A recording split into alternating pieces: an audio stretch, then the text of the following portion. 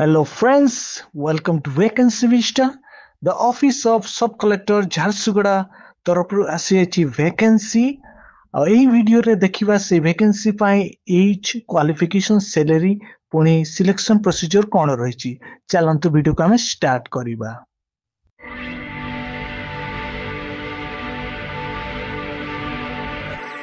Recruitment ଆସିଛି for a cell under DA JJUA newly constituted FR cell at the office of sub collector Jharsuguda ତରଫରୁ ଆଉ ଏଇ advertisement ଆସିଥିଲା August 2 ତାରିଖ ଆଉ ଦୁଇଟି ପୋଷ୍ଟ ପାଇଁ ଏଇ advertisement ଆସିଛି। ପ୍ରଥମରେ ସେଲ୍ କୋଅର୍ଡିନେଟର ଆଉ ଦ୍ୱିତୀୟରେ MIS ଆସିଷ୍ଟାଣ୍ଟ ପାଇଁ। application form को आपण माने डाउनलोड करि परिबे www.jharsuguda.odisha.gov.in रु एप्लिकेशन फॉर्म सहित समस्त डॉक्यूमेंट को अटैच करी आपण माने स्पीड पोस्ट रजिस्टर पोस्ट बा कोरियर सर्विस द्वारा पठेइबे संबलपुर हेड ऑफिस एड्रेस रे। वैकेंसी डिटेल्स हमें देखिबा। प्रथम पोस्ट रो नाम होची सेल कोऑर्डिनेटर। जॉब लोकेशन रहिबो सब कलेक्टर ऑफिस झारसुगुड़ा रे। सैलरी मिलिबो 35,000 टंका पर मंथ आ गोटे वैकेंसी अछि। एजुकेशनल क्वालिफिकेशन मागिछि मास्टर डिग्री आ जदि ग्रेजुएशन मध्ये करिसंते आपण अप्लाई करि परिबे। एक्सपीरियंस हमें देखिबा। मिनिमम एक्सपीरियंस मागिछि 2 रु 3 वर्ष आपण काम करथिबे एनजीओ बा सोशल सेक्टर प्रोजेक्ट रे बा गवर्नमेंट प्रोजेक्ट रे। पुणी प्रोफेंसी मागिछि कंप्यूटर उपरे एमएस ऑफिस चलेबा जानिथिबे पुणी इंटरनेट चलेबा जानिथिबे ईमेल पठेबा जनाथिबो। द्वितीय पोस्ट रो नाम होची एमआईएस असिस्टेंट। जॉब लोकेशन रहिबो सब कलेक्टर ऑफिस झारसुगुड़ा रे। सैलरी रहिछि 25,000 टंका पर मंथ। गोटे वैकेंसी अछि। एजुकेशनल क्वालिफिकेशन मागिछि मास्टर डिग्री विथ पीजीडीसीए जदि ग्रेजुएशन करछन्ती मध्ये अप्लाई करि परिबे। एक्सपीरियंस हमें देखिबा।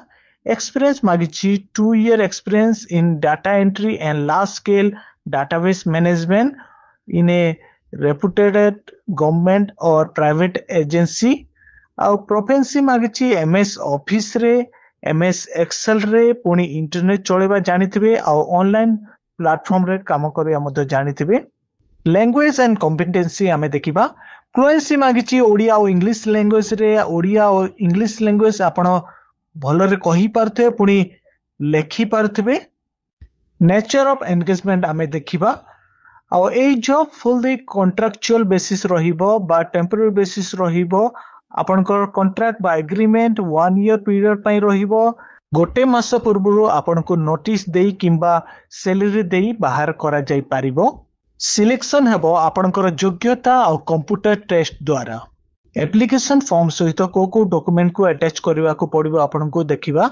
प्रथमे निजर self attested photocopy of residence certificate.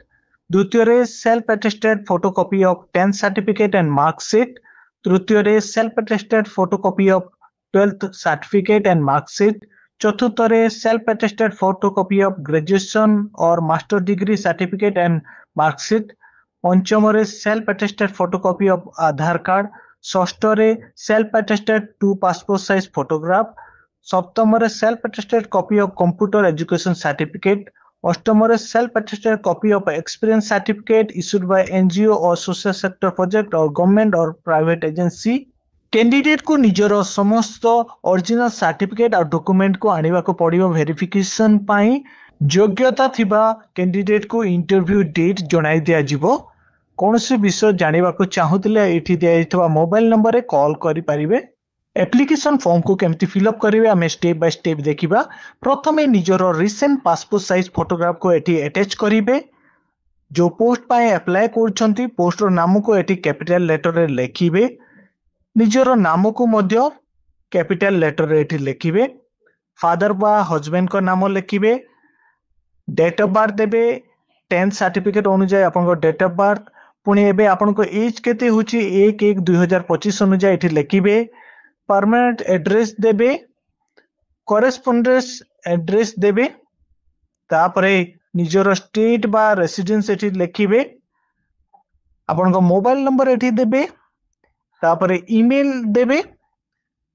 Educational qualification details eighty पूरण करिवे 10th रु मास्टर डिग्री पर्यंत 10th रे आपणकर बोर्ड बा यूनिवर्सिटी नाम लिखिबे ईयर पासिंग देबे मैक्सिमम मार्क लिखिबे केते मार्क रखिथिले लिखिबे परसेंटेज ऑफ मार्क लिखिबे +2 रो मध्ये एटी डिटेल्स पूरण करिवे +3 रो मध्ये एटी डिटेल्स पूरण करिवे मास्टर डिग्री रो मध्ये एटी डिटेल्स पूरण करिवे तापरे आपणकर कंप्यूटर एप्लिकेशन रो मध्ये एटी डिटेल्स पूरण करिवे आ अदर किछि क्वालिफिकेशन दिले मध्ये देबे एटी एक्सपीरियंस डिटेल्स पूरण करिवे प्रथमे आपणकर गवर्नमेंट बा पीएसयू बा एनजीओ बा एक्सेट्रा जहा थिला एटी मेंशन करिवे पुणी आपणकर ड्यूरेशन ऑफ एक्सपीरियंस लिखिबे को ईयर पर्यंत केते वर्ष काम करछंती केते मास काम करछंती एटी मेंशन करिवे आपणकर काम कोन थिला ड्यूटी कोन थिला एटी लिखिबे से भलिया जदि आउ कोनोसी स्थान रे करिछंती एठी मध्ये मेंशन करिवे तृतीय रे मध्ये आउ कोठी जदि करिथांती ताले एठी मेंशन करिवे डिक्लेरेशन रे प्रथमे लिखिबे निज नाम तापरे पेरेंट्स बा हस्बैंड को नाम लिखिबे आ एठी लेखाइछि एत द्वारा घोषणा करूछि जे एही आवेदन पत्र रे दिया जायतिबा समस्त वक्तव्य मोर ज्ञान एवं विश्वास अनुसार सत्य एवं सठिक जदि कौनसी सूचना मिथ्या प्रमाणित हुए तेबे मते कौनसी सूचना न देई मोर प्रार्थी पत्र बा नियुक्ति को बातिल बा बंद करा जाई पारिबो जो स्थान रो आपण बिलोंग करंती प्लेस रो नाम एठी लिखिबे डेट देबे जो डेट रे आवेदन करछंती तापरे निजरो एठी फुल सिग्नेचर प्रदान करिवे ए वैकेंसी को नेकी कोनोसी प्रकार क्वेश्चन बा डाउट थिले कमेंट रे पचारंतु मु आपन को रिप्लाई बैक करिबी आ ए नोटिफिकेशन रो पीडीएफ लिंक को मु डिस्क्रिप्शन रे पके देबी आपण माने सेटु डाउनलोड करी प्रत्येक विषय को चेक करि पारिबे।